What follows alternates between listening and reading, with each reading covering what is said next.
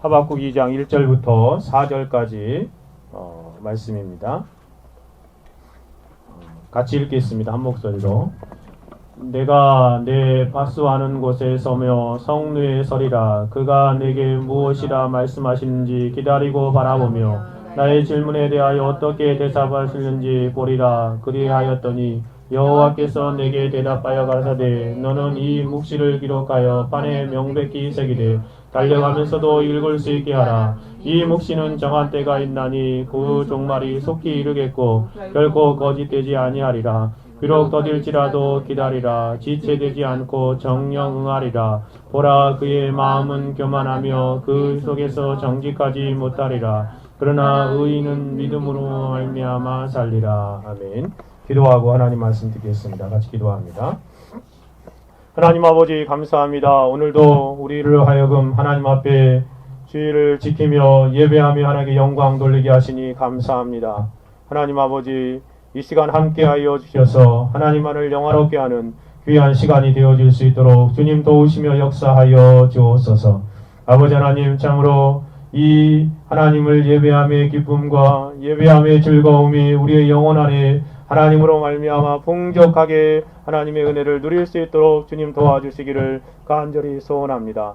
거룩하시고 자비로우신 하나님 아버지 이 시간에도 성령께서 함께 하여 주셔서 하나님의 거룩한 은혜와 능력들을 하나님 우리 가운데 드러내 보여주시고 우리 가운데 말씀하여 주셔서 우리의 영혼이 하나님 말씀 안에서 하나님의 음성을 듣게 하시고 하나님 만나게 하여 주옵소서.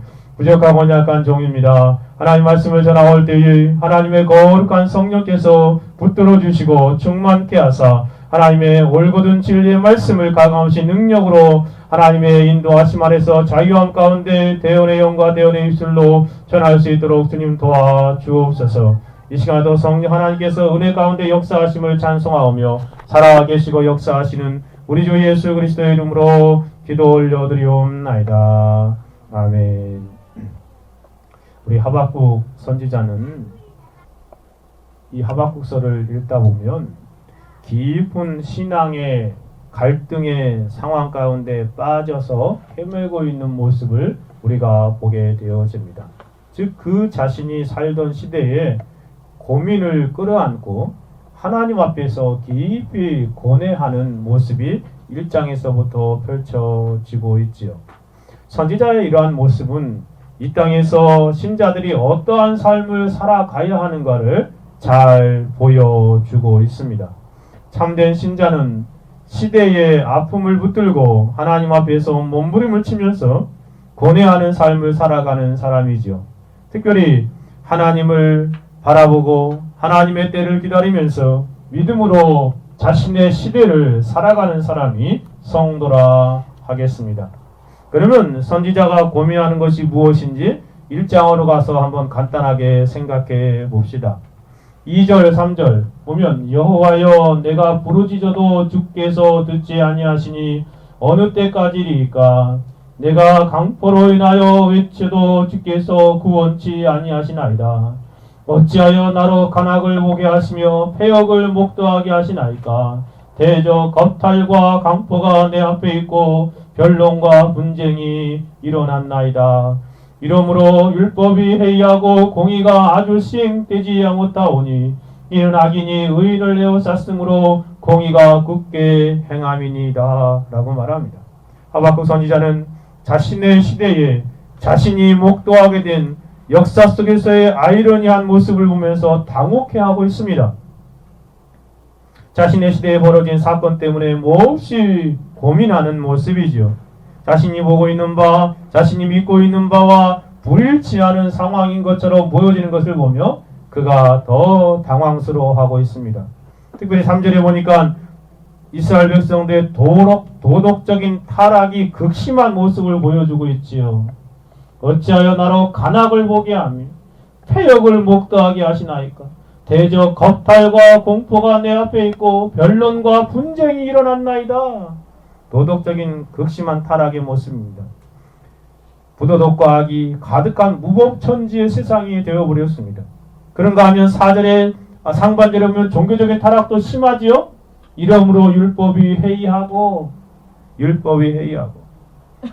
율법이 해이하다는 것은 게으르고 마비되었다는 뜻입니다. 이스라엘 백성들 하나님의 법인 율법을 따라 살아가는데 그렇게 살지 못하고 영적으로 게으르고 마비된 것처럼 말씀을 무시하고 제멋대로 살아가는 영적인 극심한 상황들을 그가 보고 하나님 앞에 나아가고 있습니다. 그리고 4절 하반절에 보면 설상가상으로 정치적으로 사회적으로 하나님의 공의가 드러나지 못하는 그러한 모습을 말하고 있습니다. 해이하고 공의가 아주 시행되지 못하오니 이는 악인이 의인을 에워쌌으므로 공의가 굳게 행함이니이다 라고 표현하고 있습니다.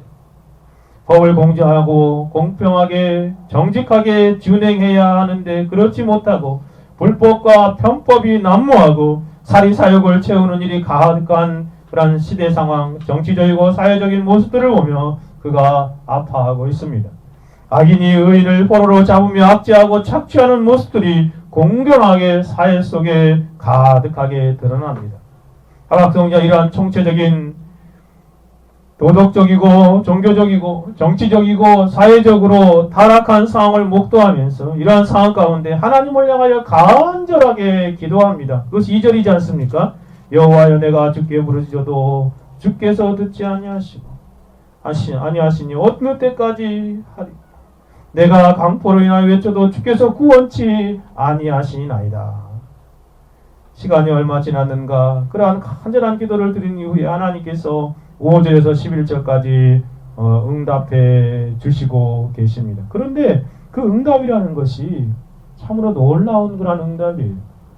5절에 보니 여호와께서 가시되 너희 열국을 보고 또 보고 놀라고 또 놀랄지어다. 너희 생전에 내가 한 일을 행할 것 혹 너희에게 구할 때 너희가 믿지 아니하라. 보라 내가 사납고 성급한 백성 곧 땅의 넓은 곳을 다니며 자기의 소유 아닌 것을 거할 것을 점령하는 어떤 사람들이요?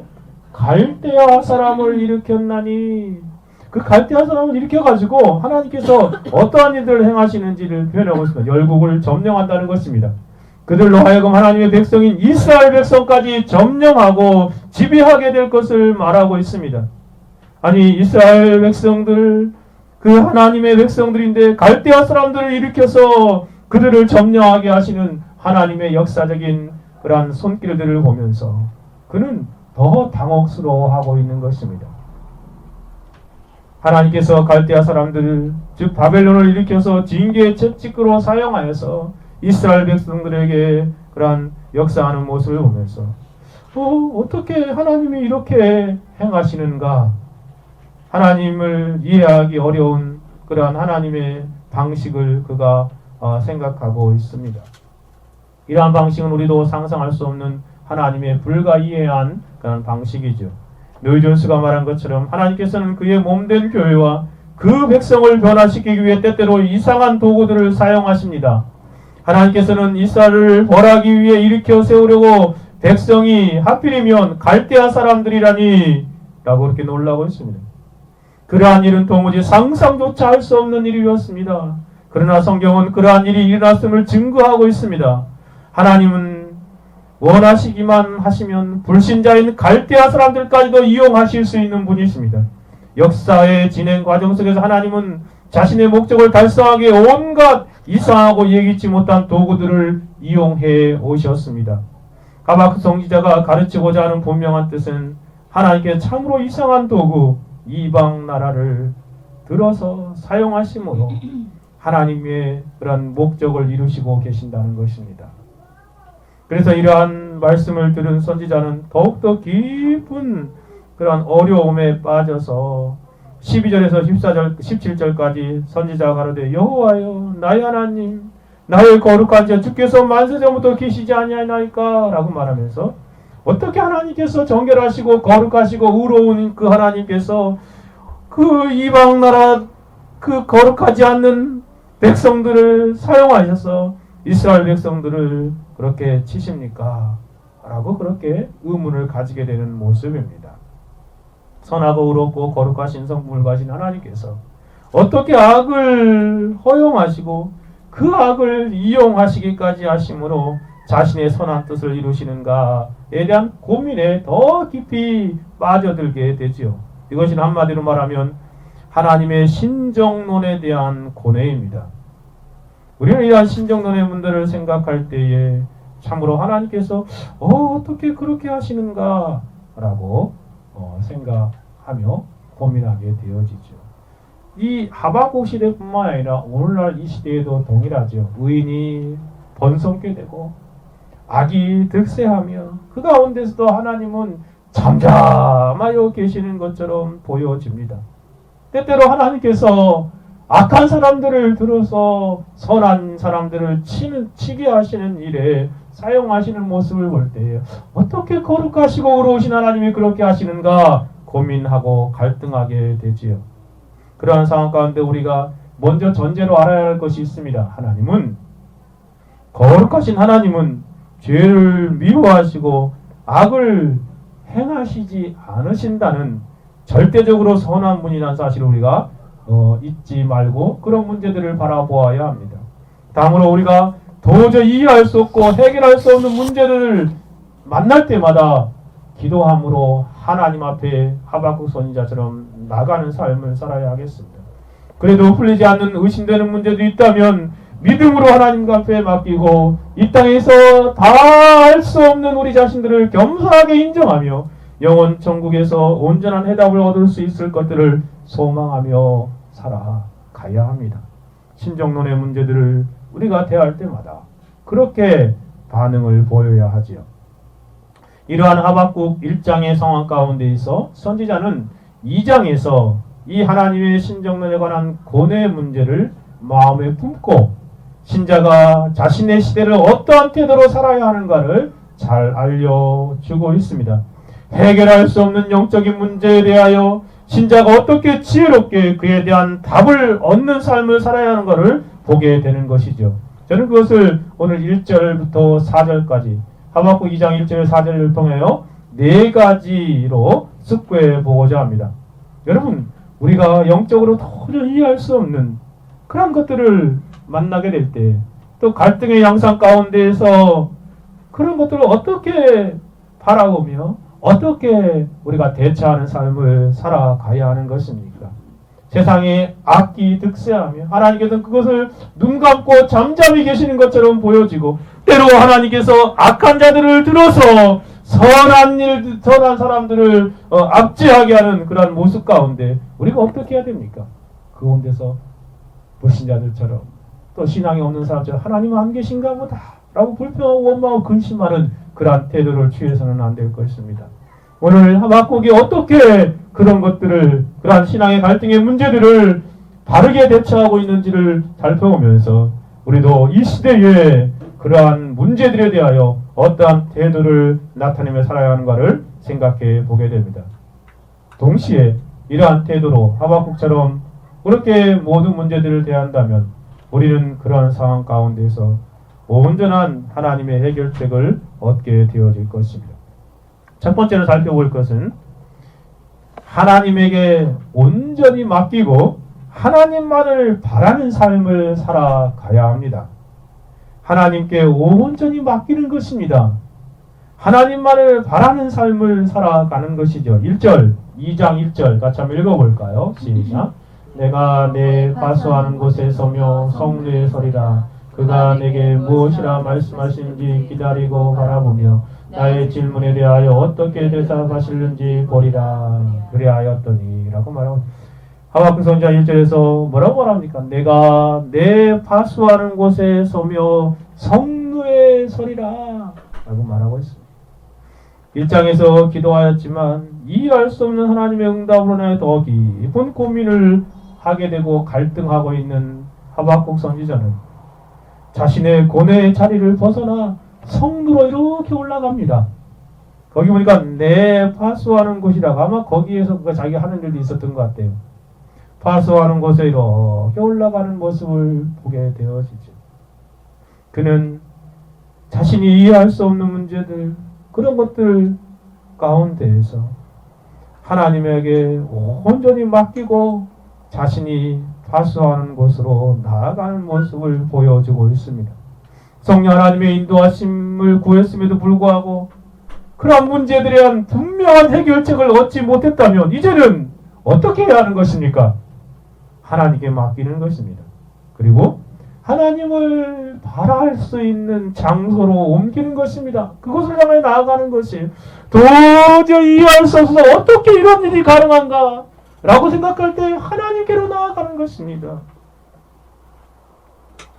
여기서 우리는 귀한 적용점을 생각하게 되지 않습니까? 많은 사람들이 기도한 이후에 다시금 근심하고 걱정하기 시작합니다. 왜입니까? 기도했는데 왜 근심하고 걱정하는 것입니까?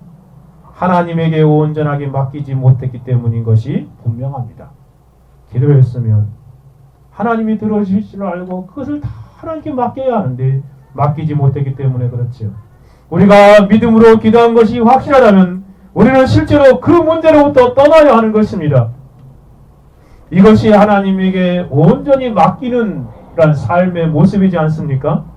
기도하면서 하나님께 맡겼다면 이제는 하나님께서 하나님의 마음대로 그 문제를 처리해 주시도록 하나님께 맡겨두는 것입니다. 온전히 하나님께 맡기십시오. 하박국 선지자가 내가 내 파수하는 것에 서며 성루에 서리라 라고 하며 그곳 나갔던 것처럼 하나님의 처분에 다 맡기고 이해할 수는 없지만 더 어렵지만 하나님 앞에 맡기고 이제는 하나님을 바라보는 삶으로 나아가는 것입니다. 그렇습니다. 이것이 바로 이해할 수 없는 그런 갈등의 상황 가운데에서 우리가 취해야 할 태도인 것입니다. 불평이나 원망이 아니라 하나님께 맡기는 것이죠. 그리고 하나님을 바라보는 것입니다. 선지자처럼 성루에 올라서 하나님을 다시금 바라보는 것입니다. 사도 바울이 빌립보서 4장 6절 7절에 말한 것처럼 아무것도 염려하지 말고 오직 모든 일에 기도와 간구로 너희 구할 것을 감사함으로 하나님께 아뢰라 라고 말했던 것처럼 여러분 염려와 근심거리들 이해할 수 없는 상황 가운데 고민들 갈등들이 있을 때 어떻게 해야 하는 것입니까? 하나님이 아니 계신 것처럼 잠잠하게 침묵하고 있을 때 우리가 어떻게 해야 하는 것입니까? 또 하나님이 응답해 주셨음에도 불구하고 도저히 그 응답의 상황들을 내 머리로 이해할 수 없을 때 어떻게 해야 하는 것입니까? 그것 때문에 염려하고 근심하는 그러한 어리석은 삶이 아니라 그 모든 일에 기도와 간구로 하나님 앞에 나아가는 것입니다. 그것도 우리가 기도할 때 하나님께 감사함으로 맡기며 하나님께 아뢰어 드리는 것이지요. 정말 그렇습니다. 염려와 근심 대신에 모든 일을 하나님 앞에 아뢰어 드리십시오. 온전히 하나님께 맡기십시오. 그리고 감사함으로 하나님 앞에 나아가는 것입니다. 시인이 시편 55편 22절에 말한 것처럼 내 짐을 여호와께 맡겨버리라. 너를 붙드시고 의인의 요동함을 영영히 허락지 아니하시리로다. 그렇습니다. 상황을 이해할 수는 없지만 환경을 그 가운데 갈등의 상황이 존재하지만 어떻게 하는 것이에요? 우리의 모든 짐을 하나님께 맡겨버리는 삶을 살아가는 것입니다. 여러분에게 있는 짐이 무엇입니까? 그것을 하나님께 가지고 나가서 맡기십시오. 여러분이 끙끙 앓고 고민하고 어떻게 해야 할지 알지 못하는 그런 상황 가운데 놓여 있을 때 그 짐을 여러분이 홀로 지고 감당할 수 없어서 아파하고 고민할 그런 어리석은 삶이 아니라 하나님께 가지고 가서 맡기십시오. 내 짐을 여호와께 맡겨버리라 라고 말씀하시지 않습니까? 베드로 사도도 베드로전서 5장 7절에 이렇게 말합니다. 너희 염려를 다 주께 맡겨버리라. 그렇습니다. 이는 저가 너희를 권고하심이라. 권고한다는 건 하나님이 돌아보신다는 거예요. 그러니 우리의 모든 염려를 주님께 다 맡기십시오. 미래에 대한 불확실한 상황 가운데에서 하나님께 맡기십시오. 누가 돌아보아 주신다고요? 하나님이 우리를 돌아보아 주실 것입니다. 이것이 바로 신앙인의 모습입니다. 여러분, 우리는 이 하박국 선지자처럼 파수하는 곳에 서며 성으로 나아가는 그런 삶을 살아야 합니다. 이와 같이 모든 해결할 수 없는 문제를 하나님께 맡기는 삶을 살아가십시오. 이것은 믿는 사람들의 믿음의 신비입니다. 우리가 해결하지도 못하는 문제로 인하여 전전긍긍하면서 마음을 썩게 하는 염려와 근심으로부터 떠나십시오. 그러한 삶을 살 것이 아니라 모든 문제를 하나님께 맡겨드리십시오. 그리고 이제는 다시금 새롭게 하나님을 바라는 삶을 살아가는 것입니다. 예수님께서도 마태복음 6장 25절에서 34절까지 이렇게 말씀하시지 않습니까? 그러므로 내가 너희에게 이르노니 목숨을 위하여 무엇을 먹을까 무엇을 마실까 몸을 위하여 무엇을 입을까 염려하지 말라. 그렇습니다. 목심이 음석보다 중하지 아니하며 몸이 우복보다 중하지 아니하냐. 공중의 새를 보라. 심지도 않고 거두지도 않고 창고에 모아들이지도 아니하되 너희 천부께서 기르시나니 너희는 이것들보다 귀하지 아니하냐. 너희 중에 누가 염려함으로 그 길을 한 자나 더할 수 있느냐. 또 너희가 어찌 의복을 위하여 염려하느냐. 들의 백합화가 어떻게 자라는가를 생각하여 보라. 수고도 아니하고 길쌈도 아니하느니라. 그러나 내가 너희에게 말하노니 솔로몬의 모든 영광으로도 입은 것이 곧 하나만 갖지 못하였느니라. 오늘 있다가 내일 아궁이에 던지는 들풀도 하나님이 이렇게 입히시거늘 하물며 너희일까 보냐. 믿음이 적은 자들아, 그러므로 염려하여 이기를 무엇을 먹을까 무엇을 마실까 무엇을 입을까 하지 말라. 이는 다 이방인이 구하는 것이라. 너희 천부께서 이 모든 것이 너희에게 있어야 할 줄을 아시느니라. 너희는 먼저 그의 나라와 그의 일을 구하라. 그리하면 이 모든 것을 너희에게 더하시리라. 그러므로 내일 일을 위하여 염려하지 말라. 내일 일은 내일 염려할 것이요 한날 괴로움은 그날에 족하니라. 그렇습니다. 우리의 모든 그런 이해할 수 없는 상황 가운데에서 염려하며 근심하기보다 하나님께 기도로 맡기는 삶을 살아가라는 주님의 권면입니다. 진실로 그렇습니다. 우리는 하늘 아버지가 계시지 않습니까? 천부께서 계시지 않습니까? 그러니 모든 문제를 그분에게 가지고 나아가십시오. 그리고 그분에게 맡기십시오. 그분만을 바라는 삶을 살아갑시다. 모든 고민과 염려를 하나님께 아뢰어드리고 맡기는 신자의 삶이 되어져야 할 것입니다. 이것이 바로 영적인 문제에 대한 해결책을 얻을 수 있는 가장 중요한 첫 번째 모습입니다. 두 번째로 나아가 봅시다. 두 번째는 하나님의 응답을 기다리는 삶을 사는 것입니다. 하박국 선지자는 성회에 올라가는 모습에서 하나님 앞에 모든 것을 맡기는 모습을 보여주고 있지요. 자신이 도저히 이해할 수 없는 문제, 기도해도 더 어려워지는 그 문제들 가운데, 더 이해할 수 없는 문제들 가운데 그는 하나님께 다 맡겼습니다. 뿐만 아니라 더 나아가서 그는 성례에서 보여주는 태도를 통하여 우리에게 또 다른 영적인 교훈을 보여주고 있습니다. 하박국 2장 1절 다시 한번 읽어볼까요? 내가 발수하는 곳에 서며 성루에 서리라. 그가 내게 무엇이라 말씀하실는지 기다리고 바라보며 나의 질문에 대하여 어떻게 대답하실는지 보리라. 그리하였더니 라고 말. 여기서 내가 바사의 성에서 그거 뭐라고 거기서 뭐합니까? 그가 내게 무엇이라 말씀하실는지 어떻게 한다고요? 기다리고 바라보며 나의 질문에 어떻게 대답하는지 보리라 라고 말하고 있습니다. 여기 기다리고 바라보며 보리라 라고 말하고 있습니다. 선지자가 성리에 올라간 일이 무엇입니까? 무엇을 하려고 성리에 오른 것입니까? 그것은 하나님의 응답을 기다리면서 하나님을 바라보기 위함이 아니고 무엇입니까? 하나님께서 자신에게 어떻게 대답하실는지를 바라보려고 그것에 올라간 것입니다. 하박국은 하나님의 응답을 기다리고 있습니다. 그는 하나님께 맡기고 기도하였다면 이제는 하나님의 응답을 기다리는 삶을 살아야 할 것을 우리에게 보여주고 있죠. 메틀레가 설명하는 것처럼 예언자가 선지자가 그의 성루 곧 높은 초소에 선다는 것은 그가 하나님의 마음을 알고 그에 관해 가르침을 받기 위해 온갖 수단을 다 사용하여 그의 명철을 암시합니다. 하나님으로부터 말씀을 들으려고 기대하는 사람은 세상에서 물러나와 그것 위에 서서 그들의 주의를 고조시키고 생각을 고정시키고 성경을 연구하고 경험과 경험자를 자문하고 기도의 예를 계속하여 성루 위에 서야 합니다. 그가 파수하는 것을 섰다는 것은 그의 인내, 지속성, 확신을 암시합니다. 그는 시간을 기다리며 앞으로 나아가기를 파수꾼처럼 한 것입니다.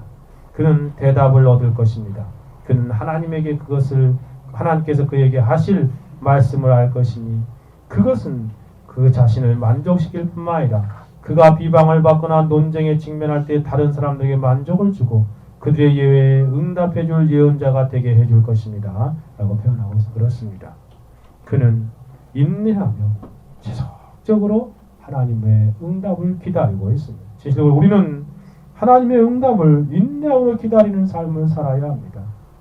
기다리고 기다리는 삶을 살아야 하죠. 섭리하신 하나님을 의심하지 말고 역사를 주관하시는 하나님의 선하심을 우리가 확신 가운데 하나님의 응답을 기다려야 하는 것입니다. 신실하게 응답하시는 하나님을 확신할 뿐만 아니라 하나님의 때에 응답하여 주실 것을 확신하고 기다리는 삶을 살아가십시오. 그러면 하나님께서는 반드시 응답해 주실 것입니다. 뉴존스의 통찰처럼 하나님께서 응답해 주시는 방법은 많이 있는데 그날 3가지 정도 말하더라고요. 하나는 뭐냐면 성경 말씀을 읽을 중에 하나님께서 응답을 받을 수 있습니다. 그러므로 우리는 성경을 읽을 때마다 깨어 하나님의 응답을 찾아야 하는 것입니다. 또한 하나님께서는 마음에 이렇게 심령의 응답으로 주실 때가 있어요. 우리의 마음 가운데. 오늘 본문의 그 표현이 다르게 표현하면 그 내가 보리라 라는 그 말이 하박국 선지자 이 말이 다른 번역 보면 이렇게 번역할 수도 있습니다.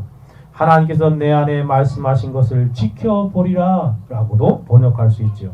즉 하나님께서 우리의 마음 안에 내면에 응답을 주시는데 그들을 살펴보리라 지켜보리라는 말씀입니다. 하나님은 우리가 쉽게 깨달을 수 있도록 우리의 마음속에 확실한 응답을 주십니다.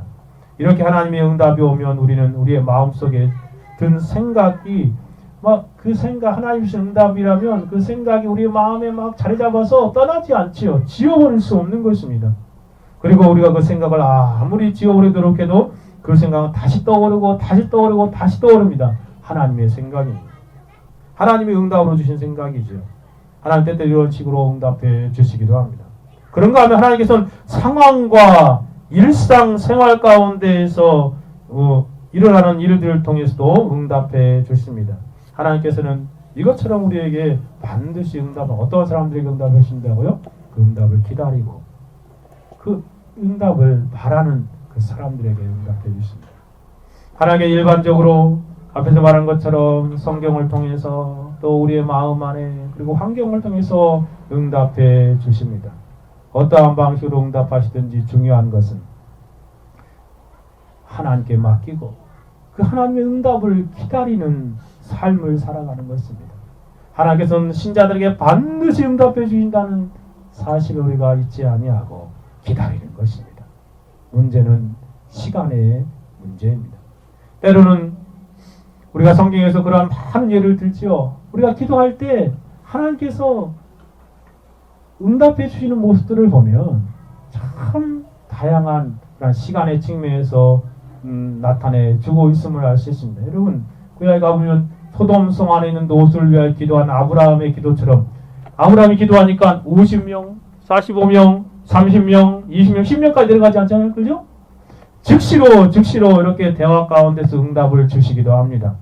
그런가 하면 오늘 맺힌 읽기 본문 가운데 한 부분인 솔로몬의 기도에도 하나님께서 즉시로 응답해 주시죠. 솔로몬이 기도하는 그 내용 그대로 하나님께서 응답해 주시는 그 다음 장을 우리가 오늘 아침에 읽게 되었습니다. 그렇지 않습니까? 그런가 하면 엘리야처럼 몇 시간 정도 기도하자 하나님께서 불로 응답해 주시는 그런 좀 길게 시간이 흐르기도 합니다. 또한 약보강변의 야곱처럼 하룻밤을 꽉 철회하면서 씨름하며 기도할 때에 하나님의 응답이 오기도 합니다. 뿐만 아니라 다니엘처럼 21일을 기다려야 그때가 되어 하나님의 응답이 오기도 하지요. 사무엘의 어머니 한나나 그리고 또 이삭의 기도처럼 오랜 세월 동안 기도해야 하나님의 응답이 오기도 합니다. 이삭은 자녀를 위해서 20년을 기도했죠. 20년 만에 하나님의 응답이 왔습니다. 그런가 하면 다윗이 성전을 위해서 기도할 때는 어떠했습니까? 자신의 시대에는 응답이 주어지지 않고 아들 솔로몬에 의해서 응답이 주어지는 경우를 우리가 보게 되어지지 않습니까? 여러분, 하나님의 이런 응답의 모습들을 볼 때에 우리는 한 가지 분명한 공통점을 알 수 있습니다. 그것은 뭐냐면 하나님의 응답을 바라고 기도하며 기다리는 그 영혼들에게 하나님께서는 반드시 응답하여 주신다는 말씀입니다. 그러므로 우리는 하나님의 응답을 기다리고 기다리는 삶을 살아갑시다. 신앙의 갈등 가운데 어떻게 해결해야 할지 알지 못하는 상황 가운데 우리는 하나님의 응답을 기다리며 하나님의 응답을 바라며 살아가야 하는 것이죠. 시편 40편 1절에 말한 것처럼 내가 여호와를 기다리고 기다렸더니 귀를 기울이사 나의 부르짖음을 들으셨도다. 그렇습니다. 그냥 기다리고 마는 것이 아니라 기다리고 기다렸더니 라고 말하면 응답하실 때까지 기다리는 모습을 잘 표현해 주고 있습니다. 하나님께서 우리의 기도를 듣고 계십니다. 듣고 계신 한 우리는 기도 가운데에서 하나님의 응답을 기다리며 기다리는 삶을 살아가야 하죠. 이것이 두 번째 그러한 모습입니다. 세 번째로 가봅시다. 세 번째는 계시로 주신 기록된 하나님의 말씀을 살피고 확신하는 삶을 살아갈 때에 문제 해결책이 거기에 있습니다. 첫 번째는 어떤 것이 있어요? 우리의 문제들의 모든 문제들의 해결책은 하나님께 맡기고 하나님의 바라는 삶을 살아가는 것이죠. 두 번째는 뭐였어요? 하나님의 응답을 기다리고 기다리는 삶을 살아가는 것입니다. 더 나아가서 우리의 영적인 모든 문제들과 갈등의 해결책은 어디에 있냐면 하나님의 기록된 말씀 안에 있습니다. 그러니 여러분이 어떤 문제들이란 해결책을 얻고자 하십니까? 그러면 하나님의 말씀을 살피고 그 말씀 안에서 확신을 얻을 때에 그 문제들이 해결되는 것입니다. 하박국 선지자는 하박국 선지자에게 하나님께서 드디어 응답하여 주십니다. 그것이 2절 3절이지 않습니까? 하박국 2장 2절 3절 같이 한번 읽어볼까요? 시작. 여호와께서 내게 대답하여 가라사대 너는 이 묵시를 기록하여 판에 명백히 새기되 달려가면서도 읽을 수 있게 하라. 이 묵시는 정한 때가 있나니 그 종말이 속히 이르겠고 결코 거짓되지 아니하리라. 비록 더딜지라도 기다리라. 지체되지 않고 정령 응하리라 라고 말하고 있습니다. 하나님의 응답의 말씀의 요지는 무엇입니까? 하나님께서 갈대아인들을 들어서 하나님의 특별한 목적을 이루려고 하셨는데 그 목적이 이루어지면 정한 때에 그들의 종말이 속히 이르게 될 것이라고 말하고 있는 것입니다. 하나님께서 말씀으로 하박국 선지자에게 응답해 주시고 계시지요. 메틸레의 해석을 빌리자면 하나님께서는 말씀을 들으려고 기다리는 그의 백성의 기대를 결코 실망시키지 않습니다. 그렇습니다. 선지자는 갈대아인의 흥성에 대하여 갈대아들의 그런 크게 일어나는 그런 것에 대하여 불평하였습니다. 하나님께서 미리 그것을 그에게 알려주셨습니다. 그러나 이제는 그것에 대해 그를 위로하기 위해서 앞서 이사야서에서 말한 것처럼 바벨론의 포로기를 예언하였을 때 또한 바벨론의 멸망도 예언한 것처럼 그들의 악인의 흥왕하게 되는 것과 악인이 잘 되는 그 모든 것들을 그들의 타락과 파멸에 관한 미래의 전망을 보여주는 것입니다. 오늘 보면서 바로 그것을 말하는 것이라는 것이에요. 하나님께서 정말 그 뒷부분에서부터는 그것을 잘 표현하고 있습니다. 그런가 하면 노이 존스는 이 하나님의 말씀으로 응답하시는 내용에 대해서 이렇게 설명합니다. 만일 우리가 하박국이 취한 방식을 취하고 하박국처럼 행동할 때 하박국처럼 행동하는 게 뭐죠? 하나님께 맡기고 하나님을 바라는 삶과 하나님의 응답을 묵묵히 기다리는 그런 삶을 살아갈 때는 말하는 거죠. 그러한 방법으로 행동할 때 하나님께서는 자기가 한 약속을 지키신다는 것을 영적인 세계의 절대 법칙입니다. 실제로 하나님 이렇게 말씀하시고 계시는 것이다. 좋다 하박국아, 나는 내 기도를 듣고 어려움을 이해한다. 여기 내가 응답하리라. 나는 이스라엘을 벌하기 위해 갈대아 사람들을 일으켰다. 그렇게 일으켰는데 그 다음에는 그들을 전멸시킬 것이다. 갈대아인들의 힘은 잠깐에 불과했던 것이다. 특별한 목적을 이루기 위해 그들을 일으킨 분은 하나님이셨지만 그들은 자기 자신에게 영광을 돌렸고 막강한 군사력을 지녔다는 생각에 가슴이 부풀러 올랐습니다. 그 후 하나님께서는 어떻게 하십니까? 메대인과 바사인들을 들어서 그들을 치셨기 때문에 그들은 결국 망하고 말았습니다. 그 세계사 역사 가운데에서 바빌로니아가 메대인이나 바사에 의해서 멸망당하는 모습을 보게 되지 않습니까? 하나님께서 그렇게 하시는 것입니다. 하나님은 선지자 하박국의 이 예언의 글을 써서 그것을 읽는 사람은 누구나 그 말씀을 이해하고 그 말씀에 순종하며 다른 사람들에게 경고하라고 이렇게 말씀하셨음을 표현해 주고 있습니다. 그렇습니다. 하나님께서 이러한 말씀을 기록하라 라고 말씀하시는데 2절에서 말한 것처럼 기록하되 판에 명백히 새기라, 분명하게 새기라는 것이죠. 그리고 얼마나 분명하게 새기냐면 그것을 막 뛰어가면서도 그 내용이 무엇인지 읽을 수 있도록, 달려가면서도 읽을 수 있도록 기록하라. 아주 분명하게 색독하게 기록하라는 것이죠. 그리고 3절에서는 그 기록된 말씀이 정한 때가 되면 확실히 이루어질 것이라고 말씀하시고 계십니다. 여기서 우리가 우리의 문제와 시대적인 문제에 대한 분명한 해결책과 답을 얻을 수 있는 은혜의 방편이 무엇인가를 알게 되지요. 그것은 다른 것이 아니라 기록된 계시의 말씀입니다. 즉, 이 성경, 하나님의 말씀이 우리의 모든 그런 문제의 해결점의 키와 같은 것이라는 말씀이죠. 하박국 선지자는 성령 하나님의 역사하심 안에서 직접적인 계시로 하나님 말씀을 들었습니다. 그리고 그 들은 말씀을 그는 기록하였지요. 우리는 계시로 기록된 하나님 말씀을 들을 때 선지자와 같은 동일한 고민과 고뇌를 겪게 될 때 해결책과 답을 얻게 되는 것입니다. 그러므로 우리가 우리의 문제, 여러분의 다양한 문제, 그리고 우리 역사적인 시대적인 고민들, 그런 다양한 문제들에 대한 해답을 얻고자 한다면 어떻게 해야 하겠습니까? 분명하게 기록된 하나님 말씀을 살피십시오. 그 말씀 속에 여러분의 모든 문제에 답이 있습니다. 그 말씀 속에 있는 답을 붙들 때 우리는 확신할 수 있는 것입니다. 우리는 모든 문제들을 온전히 해결할 수 있는 것이죠.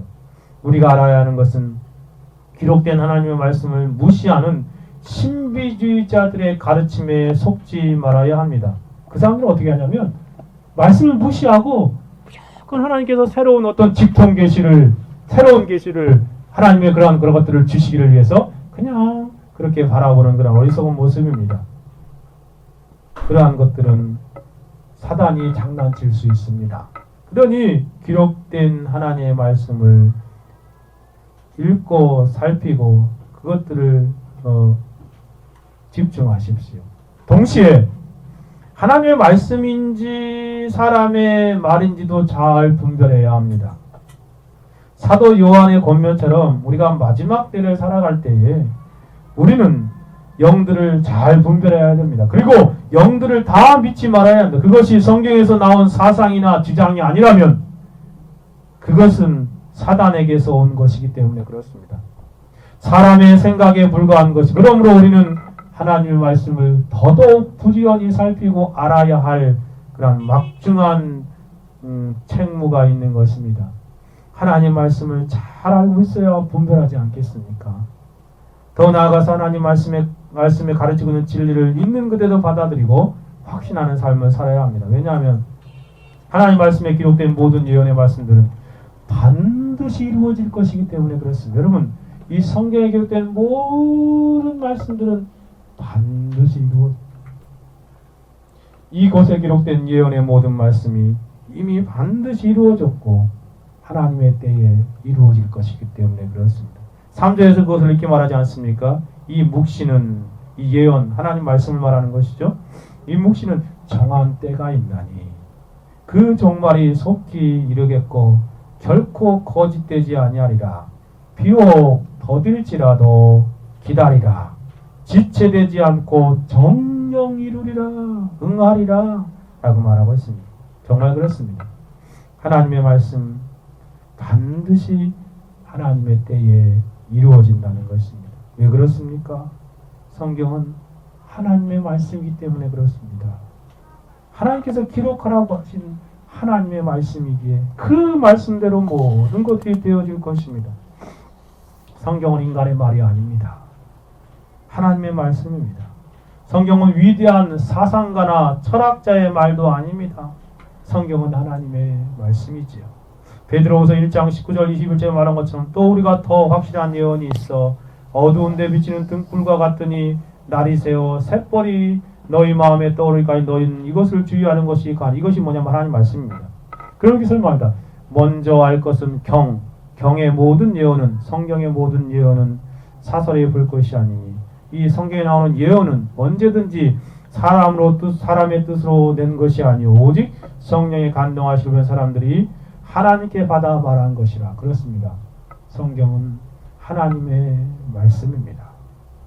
성경이 하나님의 말씀이기에 그것을 우리가 더 깊이 주의하며 살피는 삶을 살아야 하는 것이죠.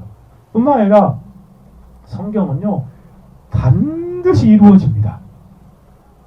하나님 말씀하신 거기 때문에 반드시 이루어져요. 오늘도 보면 이 묵시는 정한 때가 있나니 그 종말이 속히 이르겠고 마지막 분에 가면 정령하리라 반드시 이루어지리라 라고 말씀하십니다. 성경은 기록될 당시에 앞으로 이루어질 일에 대해 기록하였는데 우리가 그 기록될 당시에 기록한 거의 모든 부분이 그대로 성취되지 않았습니까? 오늘 본문도 보면 이 하박국 선지자에게 주신 이 말씀대로 바벨론이 일어나서 이스라엘 백성들을 점령했지만 바벨론은 어떻게 되었습니까? 그대로 다 하나님 말씀대로 멸망되었음을 우리는 보게 됩니다. 1.1획의 오차도 없이 하나님 말씀은 그대로 반드시 성취됩니다. 그러므로 우리는 이 성경의 예언의 말씀들을 더 집중하며 살피며 그 의미들을 아는 일에 힘써야 하겠습니다. 뿐만 아니라 성경은 어떻다고 말합니까? 정하신 때에 성취된다라고. 이 묵시는 정한 때가 있나니 라고 말하고 있습니다. 비록 더딜지라도 기다리라. 지체되지 않고 정령 이루리라. 그렇습니다. 하나님 말씀은 정한 때에 반드시 이루어집니다. 그것이 더딜지라도 기다리고 있으면 지체되지 않고 하나님의 때에 이루어지는 것이지요. 하나님 말씀은 다 정한 때가 있습니다. 그때가 되면 반드시 이루어집니다. 이것이 진리의 힘인 것이지요. 여러분, 성경은 기록한 대로 그대로 이루어집니다. 그래서 진리라는 것이에요. 얼마나 무서운지 아십니까? 여러분, 진리의 힘을 아십니까? 아무리 사람이요 성경 말씀에 대해서 무시하고 에이 그런 게 어딨어 짓밟고 외면해도요 하나님 말씀은 진리예요. 진리라는 것은 무엇입니까? 그것이 참으로 이루어진다는 것이지요. 사람들이 무시해도 하나님의 은혜의 계절이 되면 진리는 말할 것입니다. 봐라, 기록된 말씀대로 지금 되어지고 있지 않느냐. 예전에 학교 다닐 때 저쪽 부안 쪽으로 전도를 간 적이 있는데 한 열대 명이서 학생들이랑 같이 전도를 갔는데 그 마을마다 집집마다 다니면서 전도를 해서 시골에 있는 사람들이라 어떤 집에 들어갔더니 할아버지가 한 분 계시더라고요. 이제 70 정도 되신 할아버지가 나머지 분들은 일하러 나가시고 들어가서 전도를 하는데 할아버지 천국과 지옥이 있어요 라고 하면서 전도를 시작하는데 할아버지가 아니 그런 게 어디 있냐고 막 거운하더라고요. 그런 거 없다고. 성경에 예수님이 말씀하시는데 천국과 지옥이 있어요. 그것이 참된 거예요. 그거 말하면 그래도 그냥 십자가 전하고 막 복음 전하는데 그래도 안 믿더라고요. 그래서 답답해 그랬어요. 할아버지 언젠가는 이 땅에서 죽을 것이고 죽음의 문을 통과하면 1초도 안 돼서 그것이 있다는 사실을 확실히 알 것인데 그때 가서 후회하면 어떻게 하시려고 해요? 라고 말하면서 전도하면서 그분에게 성경을 주고 그분에게 이렇게 전도하고 나왔던 그런 기억이 있습니다. 많은 사람들이 이 성경의 진리, 하나님의 정하신 때 드러날 이 진리에 대해서 많은 사람들이 그것들을 이렇게 성취되고 그것들을 이루어질 것이라는 사실을 무시하며 살아가요. 그래도 성경은요, 그 사람이 살아생전에 그렇게 무시했어도 죽음의 문을 다 통과하면 성경대로 그대로 있구나 사실을 인정할 수밖에 없겠지요. 그럼 우리는 어떻게 해야 하겠습니까? 우리 인생의 문제들을 붙들고 이 땅에 살아갈 때 성경을 살펴보십시오. 성경이 무엇이라 말하는지를 알려고 힘쓰십시오. 성경은 정하신 때 그대로 이루어지는 하나님 말씀이기에 견고하게 붙들어야 합니다. 뿐만 아니라 오늘 보면 한 가지를 더 말하고 있죠. 결코 거짓되지 아니하리라. 그렇습니다. 성경은 거짓이 없는 진실한 하나님의 말씀입니다. 결코 거짓되지 아니하리라. 사람은 거짓된 말이 참 많지요. 자기도 자신에게 속으니까요. 그렇지 않습니까? 사람들의 말 보세요. 얼마나 거짓이 난무하는 세상 가운데 살아갑니다. 근데 하나님의 말씀은 한마디도 거짓됨이 없습니다. 신실하시고 진실하신 하나님의 의로운 말씀이기에 모두 진실하고 거짓됨이 없는 말씀이지요. 그러므로 우리는 어떤 삶을 살아야 될까요? 성경을 더욱 굳게 신뢰하고 확신하는 삶을 살아가십시오. 여러분이 인생의 문제들을 해결할 수 없는 그러한 아이러니한 모든 역사적인 실상들을 보면서 고민합니까? 시대적인 상황들을 보면서 어떻게 할지 알지 못하는 삶을 살아갑니까? 그때 해결책이 하나님의 이러한 말씀 안에 있다는 사실을 기억하시고 하나님의 말씀으로 나아가십시오. 우리는 우리의 모든 문제에 대한 해결책을 얻고자 한다면 기록된 하나님의 말씀을 부지런히 살피고 확신하는 삶을 살아야 하겠습니다. 열심히 외우십시오.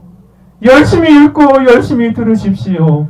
거기에 여러분의 모든 인생의 문제에 대한 해결책이 있는 것입니다. 마지막 네 번째로 가봅시다. 네 번째는요, 이성적인 방식이 아니라 믿음의 방식으로 살아갈 때에 우리의 문제들이 해결되는 것입니다.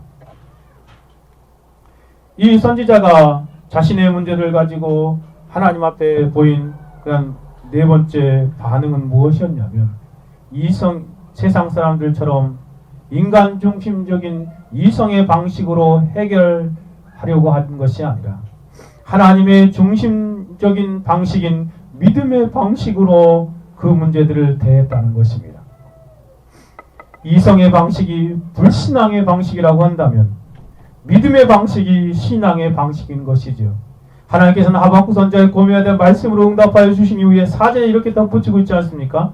4절 같이 한번 읽어볼까요? 시작. 보라, 그의 마음은 교만하며 그의 속에서 정직하지 못하리니 그러나 의인은 믿음으로 말미암아 살리라. 여기 보십시오. 하나님께서는 세상에서 사람들이 살아가는 삶의 방식을 두 가지로 대조하여 알려주고 있습니다. 첫 번째 방식은 바로 불신앙의 삶의 방식이죠. 그것은 두 가지로, 몇 가지로 표현되어 있죠. 뭐라고 표현되어 있습니까? 교만하며 정직하지 못하다. 이건 세상 사람들의 그런 방식입니다. 갈대아인들의 방식이었고요. 세상 사람들 살아가는 방식이죠. 세상 사람들은요, 인간적인 중심적인 삶 가운데서 이성적인 방식으로 살아가면서 교만하고 정직하지 못합니다. 세상 사람들의 방식은 봐보시죠. 자신들이 저마다 자기 분야의 전문가라고 말을 해요. 자신의 말을 들으라고 그렇게 사람들을 권면합니다. 자신의 경험이나 자식의 지식에 근거하여서 사람들에게 교만하게 이것이 인생이다, 이러한 삶을 사는 것이 복된 것이다 라고 말합니다. 나를 쫓으라 라고 말합니다. 그런데 그러한 사람들의 자세를 가만히 보십시오. 교만하기 그지없습니다. 자신도 자신에 대해서 알지 못하면서 말하는 것이에요. 그리고 그 내면을 살펴보면요, 자신의 이익과 관련된 일에서는 정직하지 못합니다. 자신이 더 많은 이익을 얻기 위해서 사람들을 정직하지 못하게 많이 속이지요. 정치인들 보세요. 그렇죠? 우리가 흔히 보는 바이지 않습니까? 교육적인 문제에서도 마찬가지고요. 사회적인 전반의 모든 것들도 다 그렇지요. 요즘에 국방 비리가 참 심한데 국방적인 문제들도 보십시오. 경제적인 문제들까지 합치면 참으로 많은 문제에 대하여 사람들이 전문가들이 저마다 교만한 말들을 쏟아냈지만 속내는 자신의 이익을 채우는 정직하지 못하는 경우가 허다합니다. 신자는 그런 세상 사람들, 이성중심적인 삶, 인간주의의 방법, 불신앙의 방법으로 이 땅을 살아가지 않는다는 것이에요. 신자는 그러한 삶을 살아가지 않습니다. 거기에는 문제 해결책이 없어요. 우리의 갈등과 우리의 고민들을 해결할 수 있는 길이 없다는 것입니다. 그러한 방식으로 접근해서는요. 그럼 신앙은 어떠한 방식으로 접근해야 합니까? 신앙의 삶의 방식은 오직 믿음으로 살아가는 것입니다. 하나님께서는 말씀하시죠. 그러나 의인은 믿음으로 말미암아 살리라. 의인은, 신자는 믿음으로 말미암아 이 땅을 살아간다 라고 말합니다. 우리는 세상에서 두 가지의 삶의 방식 가운데 한 가지를 따를 수밖에 없습니다. 불신자의 방식이든지 신자의 방식이든지요. 의인인 신자들은 세상 사람들의 불신앙의 방식으로 살지 않습니다. 그러한 삶에서 뒤로 물러서지요. 그러나 라고 말하지 않습니까? 그러나 너희들은 그렇게 살아가지만, 그러한 방식으로 이 땅을 살아가지만, 그러나 신자는 이러한 방식으로 살아간다 라고 말하는 것입니다. 세상 방식에서 돌이키는 것이죠. 믿음의 방식으로 살아가는 것입니다. 신약 성경에서 이 말씀을 두 가지 측면에서 우리에게 적용하지 않습니까? 오직 의인은 믿음으로 말미암아 살리라는 말씀을 구원의 원리로서 이 신칭이 믿음으로 말미암는 구원에 적용합니다. 로마서 1장 16절 17절과 로마 3장 21절 22절이죠. 또 한 가지로 접근하는데 그게 뭐냐면 삶의 원리, 믿는 신자의 삶의 원리로 접근합니다. 그러니까 신자는 믿음으로 구원을 얻어서 그 믿음으로 이 세상을 살아간다는 것이에요. 믿음으로 구원을 얻어서 그 믿음으로 이 땅을 살아가는 것입니다. 그게 삶의 원리라는 것입니다. 그래서 믿음으로 산다는 것은 바로 어떤 것을 말하는 것이냐면 하나님의 말씀을 믿고 따라 사는 것을 말하는 것입니다. 신자가 믿음으로 산다는 것은 하나님의 말씀을 믿고 신뢰하며 그것들을 따라 사는 것이에요. 또 믿음으로 살아간다는 것은 뭐냐면 하나님만을 의지하고 전적으로 하나님만을 신뢰하며 살아간다는 말입니다. 하나님이 보이는 분이 아니시지만 믿음으로 그분을 바라보며 그분을 따르고 그분을 신뢰하며 그분만을 의지하며 살아가는 것이죠. 모세가 믿음을 활용하여 하나님의 백성과 고난받기를 더 좋아하고 즐거웠던 것처럼 그렇게 하나님을 위해서 살아가는 것입니다. 뿐만 아니라 믿음으로 산다는 것은 오직 주님만을 위해 살아가는 것이에요. 주님을 위해서 살아가는 삶이 믿음으로 행하는 신자의 삶의 모습입니다. 초대교회 신자들을 보십시오. 가이사를, 로마의 황제 가이사 아구스토를 주로 고백하기를 거부하고 오직 예수님 그리스도만을 우리의 주님이십니다라고 고백하지 않습니까? 비록 그렇게 고백하다가 순교의 길을 가더라도 그 기쁨으로 걸어가는 것입니다. 사도 바울의 고백처럼 살아도 주를 위하여 살고 죽어도 주를 위하여 죽는 그런 삶을 사는 것이 바로 믿음으로 행하는 신자의 삶의 모습입니다. 뿐만 아니라 오늘 본문의 그런 주제와 연결시켜서 말씀드리면 믿음으로 살아간다는 것은 모든 삶의 원리의 중심에 믿음을 두는 것입니다. 어떤 문제가 있다면 그것을 믿음으로 하나님의 말씀을 믿고 따르고 하나님께 대한 신앙으로 그것을 바라보고 그리고 주님을 위한 삶의 측면에서 바라보며 살아가는 것이죠. 믿음으로 그렇게 행하는 것입니다. 우리가 무엇을 하든지 간에 믿음으로 행하는 것이 바로 믿음으로 사는 것입니다. 하나님 우리에게 주신 믿음 안에서 믿음으로 예배하는 것입니다. 믿음으로 기도하는 것입니다. 믿음으로 헌신하고 믿음으로 봉사하고 믿음으로 충성할 뿐만 아니라 우리의 선택의 기로 상황 가운데에서 믿음으로 선택하는 것입니다. 그렇게 믿음의 길을 걸어가는 것입니다. 불신의 길이 아니라 믿음의 길을 나아가는 그것이 바로 신자의 방식이고 삶. 그럴 때에 우리의 모든 인생의 문제들은 하나님의 관점에서 놀랍게 바른 길로 나아가는 해결책을 발견하는 은혜가 있는 것입니다. 우리는 믿음으로 살아가고 있습니까?